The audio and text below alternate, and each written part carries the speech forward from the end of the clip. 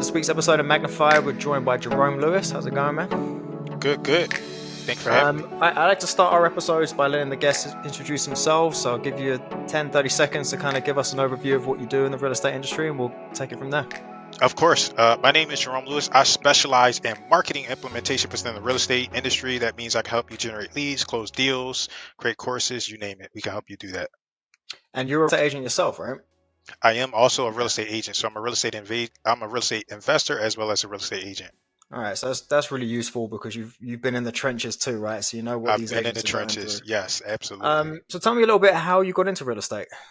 I got in real estate. I like to tell this story about like you can kind of see some books in my background about Rich Dad Poor Dad. But I started off in like corporate. I was in corporate America, and I had this manager that would yell at me all the time, and not all of the time, but quite often. He was Yeah. angry. He would say, "Just effing do it," and I was like, you know what? I don't appreciate being here. I was in the IT space. I was like, I don't appreciate being yelled at.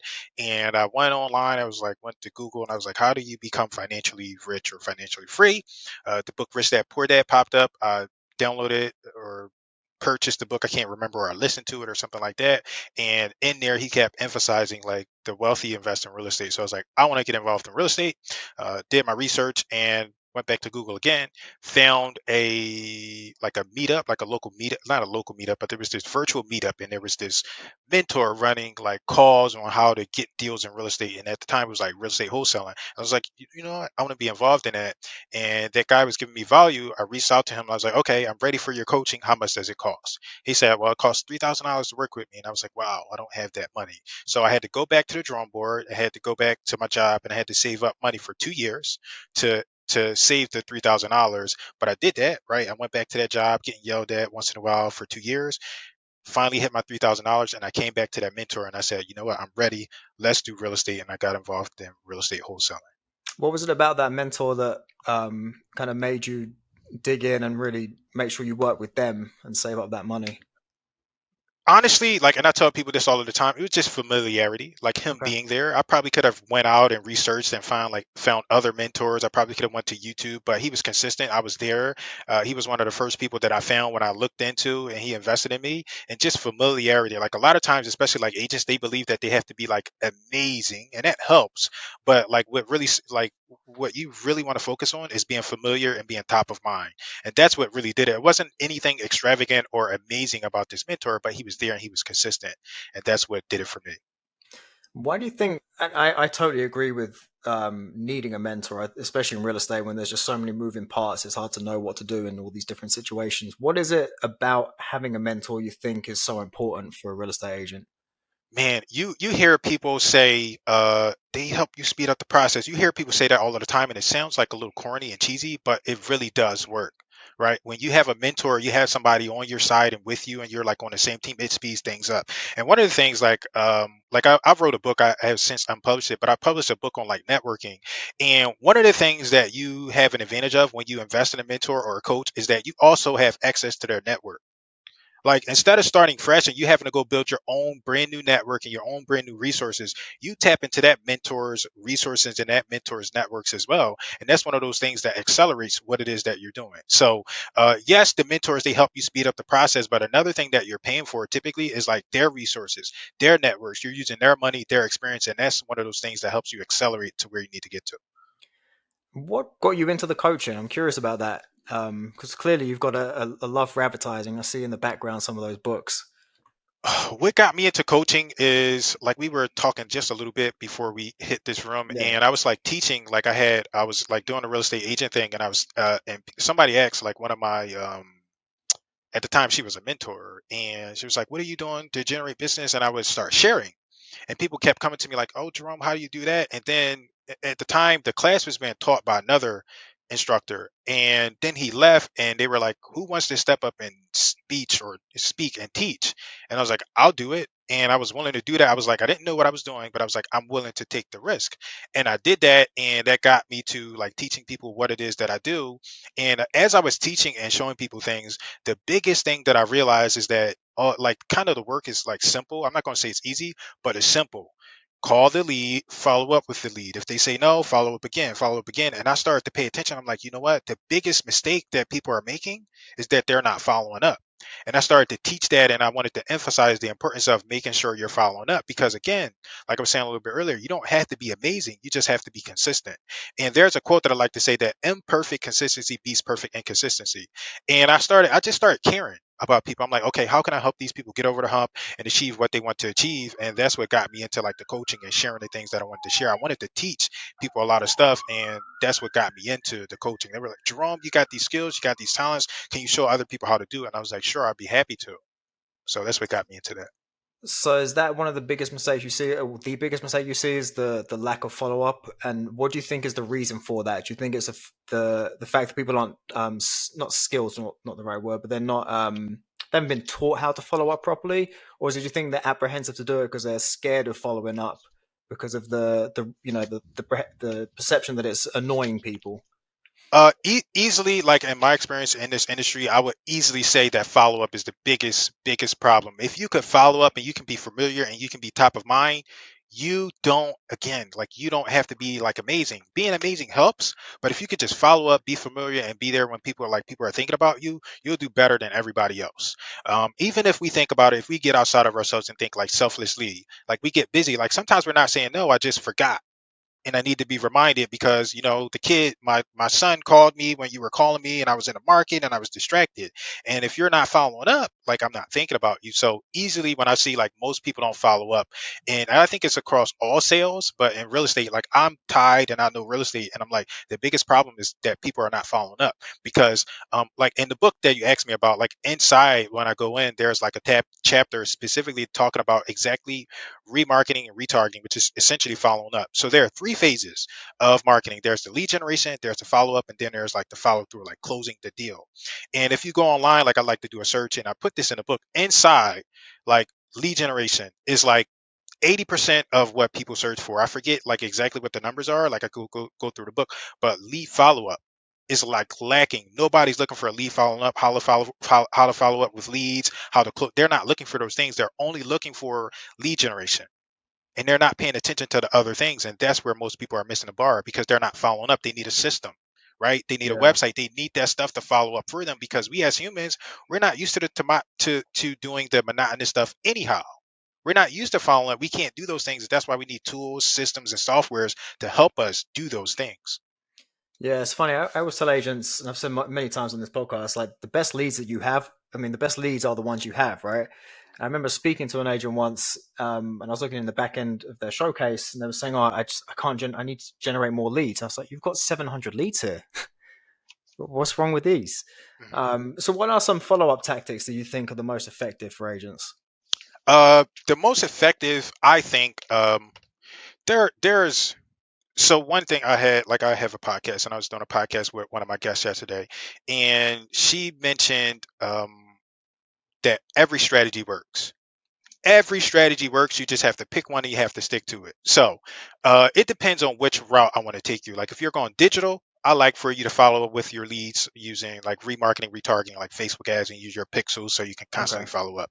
If you're going like offline, and I'm really gearing, I'm really starting to love like the offline stuff. If you go offline, I think the best follow up is like a newsletter, like a monthly newsletter, like a physical newsletter, not the digital, like an okay. actual physical newsletter where you're incorporating um, things that aren't just real estate related inside of your newsletter. So I think those two strategies are the best. Like the technical online stuff, you do your pixel. Like I like that, I enjoy that. But where I'm having the most impact in my business and my clients is like doing the offline stuff, having that physical newsletter that's coming to their mailboxes because nobody else is doing it. Everybody's doing the Yeah. online stuff, but nobody's doing that offline. Hey, you get this piece of mail from me every month, and you learn about client success story. You learn about okay, why I was frustrated through when I was doing a transaction or something like that. So, Yeah, that's interesting. I got into the industry about 7 years ago, 8 years ago, maybe, and they were telling me to send out the mailers, all the physical, go around, go door to door. No, I want to do all the ads and Facebook and all mhm, this. But now, like you say, everyone's run over there, and there's this whole mhm. white space of just like no one doing the physical stuff anymore. So I think that it's a great tactic to be using. Absolutely. And like I talk about, so one more thing, I talk about this in the book, or like I was talking about it in the video class because I told you I turned it into a video. Yeah. But if we really think about it, like if we can get outside of ourselves, right? And that's I had to go through that process too. We really think about like who owns the most houses? It's the older generation.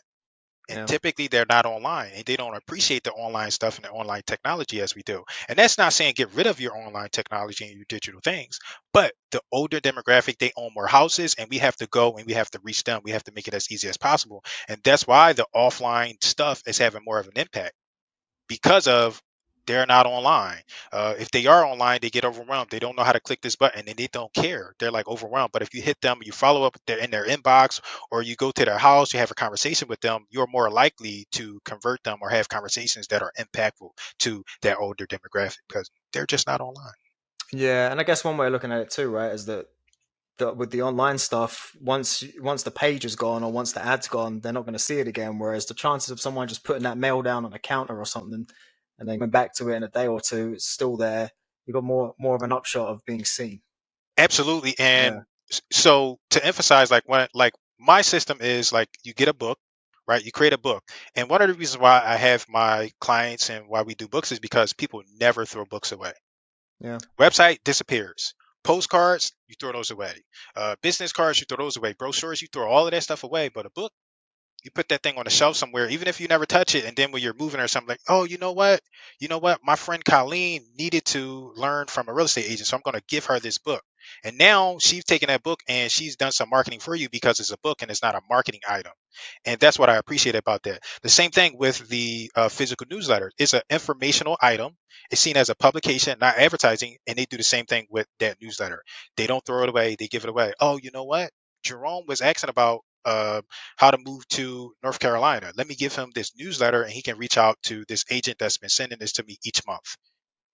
yeah. I love that. So tell me a bit more about the books. What do you have? You said you have your clients write or make them. What do they put in it? What's an agent going to write about? Yeah, so most people like they get like that, like, what do I write about? And it's like you write about you solve problems. And one of the best ways to think about solving problems is like, what questions do people have? So you simply answer questions. Like my book on how to sell a house stress free without an agent is all about how you can work without an agent. I got another book on how you can work with an agent. And all I do, like each chapter is a question. And I just answer that question in detail.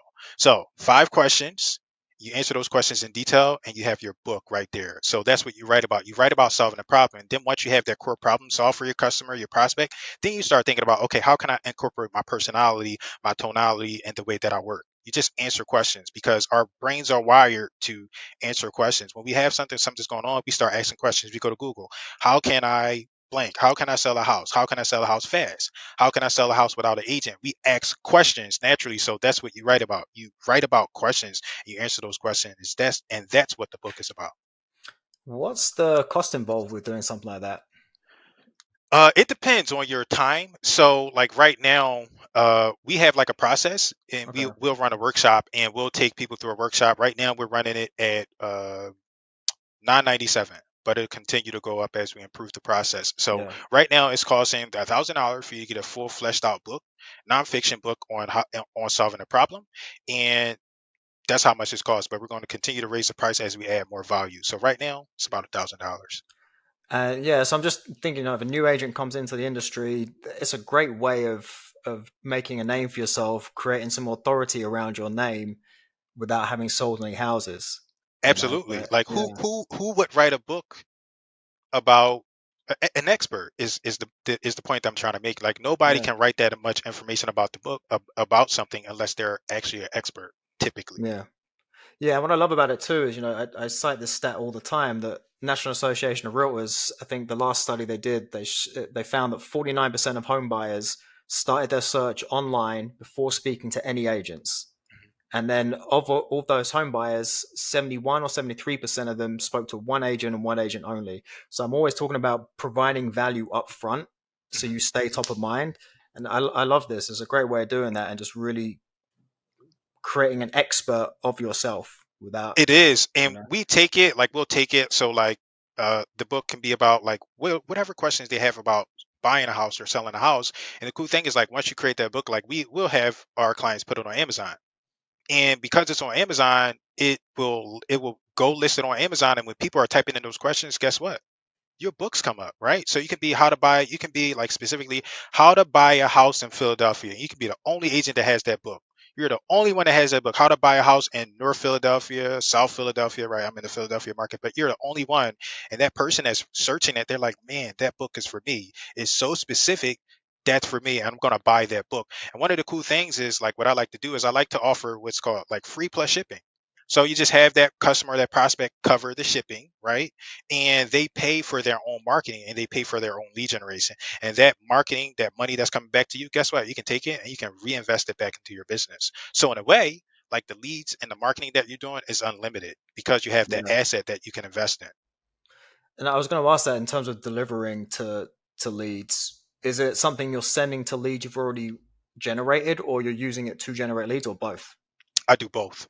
Yep, Okay. I do both. And I'll use it. Sometimes it'll be free. Sometimes it'll be paid. It's just like whatever you want to do with it. So like currently, my favorite is like the free plus shipping. They come in and they pay for the shipping, and I send them a book. And if they take certain upgrades, like if the book is about uh home selling secrets, I have a book on home selling secrets. If that's what that book is all about. But I'll also create a video course and I'll sell that and I'll offer that to them too for $49. So they've come in and they've paid, let's say, $10 for the shipping, then they've paid $50 for the course. That's $60 that I can reinvest back into that customer or that prospect and get leads going, right? So that means I can send them mailers. That means I can send them the newsletters that I was talking about, and I can continue to invest in that customer or prospect.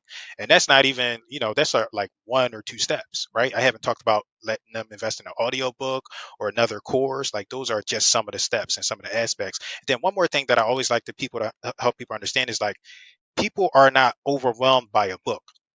A consultation or scheduling like a home buyer seminar, that stuff can be like overwhelming and scary for people to take on. But if you give them a book, they're like, okay, yeah, I know what a book is. They know what that is. But a consultation, they're worried that you're going to sell them something or pitch them something. And that can be part of the reason why people are so resistant to talking to us as sales professionals. How much of the contents of the book is actually the priority versus just having a book in itself, do you think? Could you repeat that? Like, is the book itself, just having a book, is that more important than the contents within it, do you think? Or, are people actually going to read the book, do you think? Yeah, plenty of it's kind of a double-edged sword. Like some people read it and some people don't. Some Yeah, people are just impressed by the fact that you have it. Some people exactly. just want to buy and own the book. But some people legitimately go through the book and read everything in it. So I've got mixed responses Yeah. about both. Like even like the newsletter, like I'm like, are you getting the newsletters? Yes. And I only open up to like inside of my newsletter, I have like jokes and dad jokes. And one of the people on the list, they said, yeah, I get those every month, and I open right up to the dad jokes and the mom jokes. And she didn't care about any of the other information in there. She only cared about what she cared about. But I'm providing her with that, and guess what? I'm top of mind because she's receiving that each month. Yeah. Yeah, I love that. So if I'm a brand new agent and I'm coming to you to mentor me, what are the first three things you'd have me do? Um, Honestly, I would have you. We would set goals. So that's another thing that I would really like for agents to start to understand. We set goals. So your clients, right? You can sit down. Let's set a goal. Like, what are you trying to achieve? You want to buy a house? What kind of house? A big house, a small house, a family house, a starter house? Like, what is it that you're trying to achieve? So I do the same thing with agents, investors. Like, what are your goals? We get clear on the goals, and then we come up with like a marketing strategy for those goals. And a big, huge part of my marketing strategy is like the right tools and the right technology, right? Proper website, right? Mhm. IDX. And then I like to call it the vehicle. Like, how are you going to get yourself out there and how are you going to get people to trust you? And the quickest way to do that is doing video content. I love that. So what kind of video content are you talking about? YouTube or like Bam Bam, where you're sending the video like messages to people? We do so. A lot of people get hesitant about like what kind of video content to create. So it depends on what level or phase that they're in. If you're like brand new, you're like, I'm afraid to do video. I don't know what to do. I don't know what to talk about. I have like a co-instructor and he teaches like video, like how to use video in your business. And I actually probably should recommend him to your podcast. That would be a really good connection. So Yeah, I'm going to do love to. that. And one of the things that I learned from him, his name is Nick Niehaus in Business Video School. And I used to tell my students to just go out there, create a video and introduce yourself. And that's overwhelming to them. They're like, I don't know what to say, I don't know what to do. And I'm like, this is what you say, this is what you do, but it's still overwhelming. But what Nick suggests and what he recommends is that you don't go that far, right? You don't come out straight marketing. What you do is you come out and you just start communicating with people. And the most effective way I've seen this done is by you go, like, you want to have social media typically, right? You got to have some social media in today's day and age. And birthdays. Facebook is really good about birthdays. So what you do every time somebody has a birthday, you send them a personal message and you say happy birthday. You send at least one of those each day, right? And that's 365 touches. And you Yeah, can say something that you want. You can say I'm in real estate, or you can just say happy birthday. But the basis and the whole point there is to get comfortable with doing that video. And if you practice that, right, you do one a day, right? Or maybe you don't do one a day. Maybe you do one every week. That's still 52 touches about, and 52 times you're letting people know that you're in real estate. And when you're going through that process of creating videos, you're going to develop a habit of creating those videos and being natural on camera. And that's the quickest way that I've seen, and the most effective and low pressure, right? Because you're not out there thinking that everybody's watching you. You're only sending these videos to one person. That's the way you get comfortable with yeah. doing and incorporating video into your business. I like that. That's a good point. That you're sending it one on one, so you haven't got to worry about all the opinions and all that stuff. Because I know that's a big roadblock, and especially with videos, I know from personal experience, a big roadblock for me was worrying about the quality of the video. Do you think that's really important, or do you think just having video? Absolutely not. Not at Right. all. Eventually, you grow towards like, okay, I want to make this better. I want a better Yeah. microphone. I want a better background. But starting out, it does not. And I have, she helps me teach now. Her name's Paula.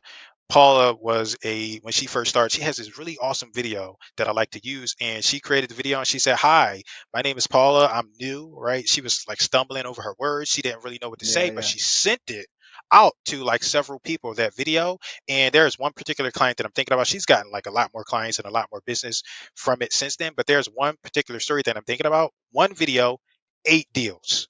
And it's Wow. like over $1 million closed from that one video. And it was not perfect by any means. Yeah. Yeah, see, I think that, like I said, is definitely a roadblock for myself, and I know many other people. They're worried about how professional it looks Mhm. and all that, but really, just yourself, and you can show authenticity. I think, like you said, you can make millions of dollars from one little video. And it's funny. Have you ever seen Joe Rogan's podcast from the very beginning? Where it's I just him. have not. It's just him in his like his living room on his laptop, and it's just like terrible quality. And now look at him, you know. Yeah, and that's another thing that I learned from. I was talking about Paula, but I also have like another, and he helps me teach, David, and he always talks about that. He's like, people like to see the journey. They like to Yeah, see you grow. Nobody wants to see you come out being perfect. They want to see, and like most people, like when they're really interested, like typically they go back, like you said, Joe Rogan, you see like his older stuff, and then he graduates and he grows, yeah, and people like to be part of that too. Like I was with him when he was on his laptop in the living room. Like right. people appreciate that. Yeah, Like, you're and that's right. how my videos are too. Like they start off and I eventually grow. Like I was telling you when I jumped in here, I'm like, I got a new microphone. But when I Yeah, first started, I was like out in the street, background moving. I was stuttering. I didn't know how to look at the camera, but I went out there and I got it out, and people still appreciated it. yeah. No, that's very, very true. So this is one of the things when I was doing some research on you. We were introduced by Cut. You put your disc assessment, and there was another assessment you put on your website too. Which one was that? The Myers Briggs, the Yeah, 16 personalities. Yes. I love that you did that because it's firstly very transparent, it's relatable. What was the reason for doing that? The reason for me doing that is because like in the real estate space we learn that a lot, the disc assessment and how we need to learn how to work with people, but I just like to be as upfront and as transparent as possible with people. And I'm also an introvert, and sometimes I get exhausted by having the same conversations over and over again. So I just want to like give people everything that I can and say, do you like me, do you want to work with me, yes or no? I like to give people a decision and let them know how I am. I just like to be upfront and transparent, and that's why I did that. Another thing that I find like in our industry is that people will, uh, eh, there are some introverts, and I'm like, I'm an introvert, but Yeah, I do what I have to do so I can be successful in this business. I can't just sit in a corner and hope business comes to me. I have to go out there, exert myself, and like push myself to be better and help people. Right. I have to help people despite what my personality is and how much I would just want to sit home and play video games or sit in a corner and never talk to anybody. I have gifts and I have to go out there and I have to serve people. And I just yeah. want people to see that. Yeah, no, it's funny. You just said it, and it struck me when you said it in one of the videos I watched on your YouTube channel that being an introvert, and I'm probably on the introvert scale that end too. Um, you don't like having the same conversation over and over, so therefore you record stuff and put it on social media so you can say it once and everybody can hear it. I was like, Yes. that's a great way of getting over that hump and justifying the fact that you're doing this. Yeah, Really, and really I great way of always looking at it. I always like people to think about it's like it really helps because you like somebody might like especially as a professional if that person keep asking you like what are the first steps that I need to do to sell my house. Okay, you know what, I get that question a lot. You know what I would find, you know what I think would work here if I made a video and sent you that video, this way you can see it and you have it so you can always refer back to it. Is that okay with you? Yes. And they appreciate that, right? Yeah, They appreciate that. You don't have to have the same conversation. Or if you already record that video, you know what? I have a video about that. Do you mind if I send you that video and we talk about something of more importance or figure out a better, another thing that I can do to serve you right now with this time? yeah. So I'm just scanning the books in the background. What book? I'm a big fan of reading and reading around topics and stuff and personal development. What books would you recommend agents read to kind of better themselves as an agent? Obviously there's marketing stuff. Any other industries or particular books? Yeah, I'm a big fan of books too. So I always like people to start to understand their personality first. It's like Yeah, understand who you are first before you go like trying to serve other people. So you mentioned like DISC. I'll talk about this next. But my first book that I want people to like read is Traction by Gino Wickman, and this talks about like as business owners, it talks about like understand like what your personality and your style is, so you can work with or you can go find what you need. And there are two types. There is a visionary and an integrator, and most agents are visionary people. Most people in the world are visionary, and they come up with ideas, but they might struggle with implementing or putting those ideas together. And they need to find somebody that is the other personality or the other type, which is an integrator, yeah, so they can work together. And I always find people try to do their business by themselves, but it doesn't work that way. You always need other people if you're going to be successful in this business. So that's my first recommendation. And then to go a little bit deeper on that same concept, they have a second book called Rocket Fuel, and it just talks about how to make the two personalities and the two styles work together even better. Right? You get traction, and then I guess it's like you get some rocket fuel, and that's why they added that one in. And then you mentioned disc. So this book is called Surrounded by Idiots, and it breaks the disc. It's about the disc yeah, assessment, but it breaks it into colors, and I appreciate the colors a little bit better than the letters. And it talks about those types. And most of society, like most of entrepreneurs, are red or yellow, like extroverted, like most agents are typically yellow, and then you got some little bit of red. Like that's what most of us are. And the rest of society, they're green and blue. They're more introverted and they're more like put the pieces together. So I recommend people read this book too to learn what their type is and what their style is. And yeah, once you learn your type and what your style is, you then go out and understand where you would best serve inside of real estate industry, because not everybody should be an agent. Not everybody should be out in the front. Some people should be transaction coordinators. Some people should be face to face. Like it all depends on what your personality and what your strengths are. yeah. So those are two I books love that I that. recommend for like starting to understand yourself and who you are, and then going into others. Yeah, no, I think that's so important because agents, or any business owners, they're not self aware enough in a lot of cases to know where they need help, where they need Mhm. to take the business, and end up trying to do everything themselves, and it just all comes crashing down around them. So I love that that's kind of the foundation for where to start.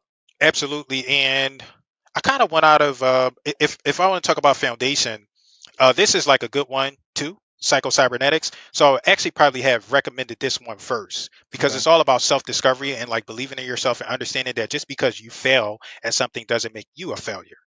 So Yeah. I would probably like I gave those other recommendations, but I would start here with psycho-cybernetics so you can understand yourself. And then I want you to start to understand yourself as a business owner with traction. I want you to add the fuel to it with rocket fuel. And then I want you to start to understand yourself in this capacity. And I want you to start to understand other people. And Yeah. it's all about the self. Learn the self first, and then you start learning other people. Yeah. I love that. I see the Ogilvy on advertising as well. Yep. Yep. I'm I got actually Ogre.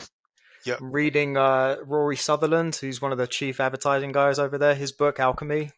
Okay. It's a great read. He's so good at thinking outside of the box and things like that. But without trying to turn this into a book club, um, So where do you see real estate going in the next marketing, particularly in the next 18 to 24 months? So we've kind of seen, at least with your practice, you're swinging a bit more towards the old school methods. Where do you think it's going to be in 2 years? 2 years, I think that it's going to be a completely different industry because of AI and how all of the Mm, technology is coming out. And I think a lot of stuff is going to be automated. And unfortunately, I think there's going to be no need for some of the like tedious stuff and some of the tedious agent work. So the way that we combat that as people is we build relationships. We become more human. That's why I keep saying video, video, video, because even AI is creating video, but it still can't be as human as we can be. It still can't right. connect like we can connect. It still can't build those relationships. It still needs our ideas in a way. So I see the industry being like completely different. I don't know exactly what it is, but AI is coming like so fast. That's part of the reason why we're able to help people get their books done in like 8 hours, right? We just had like a real estate investor come through our workshop, and he was like, "I've been trying to make a book for 10 years," and we helped him get it done in like four to 8 hours. And AI is helping that. So the more we can humanize and the more we can add human connection and human contact, the better off we will be as agents, because it's going to change and we have to Yeah. differentiate. And one of the quickest differentiators is us as a person and as a personality. Um, when you say using AI for the books, how is that? How is that implemented? You're helping create ideas, ask questions, or write the actual content.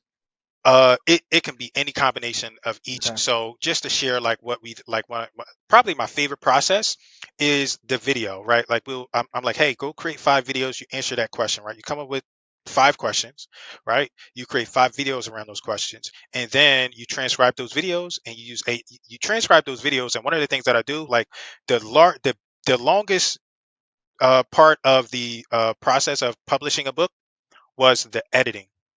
That took the longest. And even when it still was going, it wasn't perfect. And it's still not perfect, but we're getting a lot more done. So after I get my transcripts, I was like, okay, I need them edited. But now with AI, it can do all of that editing for me. Correct the spelling, correct the grammar, put in the proper words. So that's one aspect. That's one way we do it. Or Okay. and I've answered that and I'm like, oh, you know what? This is not clear. AI, like in this case, like ChatGPT, can you help me clarify this? Can you make this more simple? And it'll do that, right? Can you help me come up with some common questions that people might have about this particular thing? It can help me do that.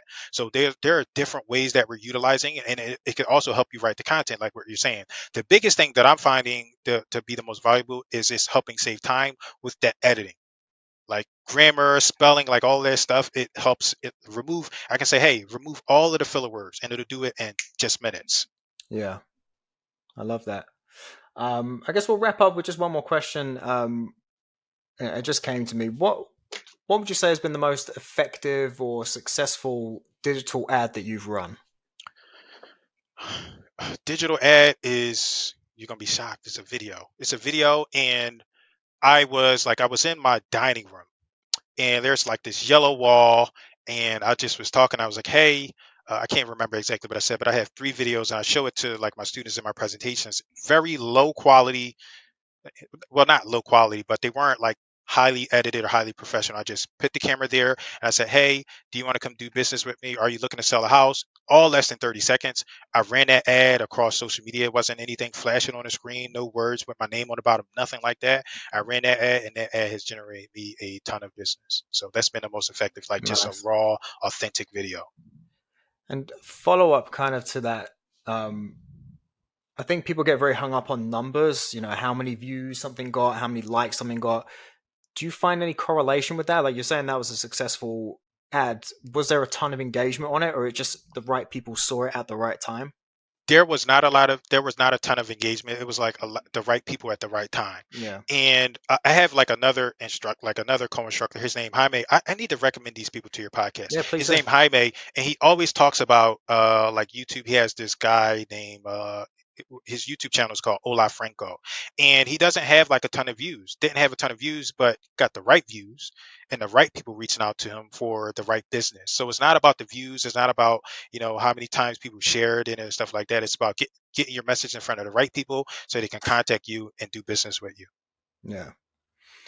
Yeah, all right, man. So I like to try and keep these around 30, 35 minutes. It's perfect time, and that conversation flew by. That was great. I didn't even look at the questions for the for the most part. Thank you. Thank you for Where having can me. people find you? So they Yeah. can kind of find more The out about you. The best way to find me is to just visit my website, jeromelewis.com. But I am all over social media, YouTube. You can find me. Just type in Jerome Lewis, real estate marketing, and you should see some stuff come up for me. All right, perfect.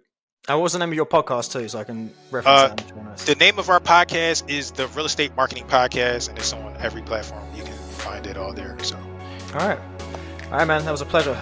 all right. Big Thank thank you. you.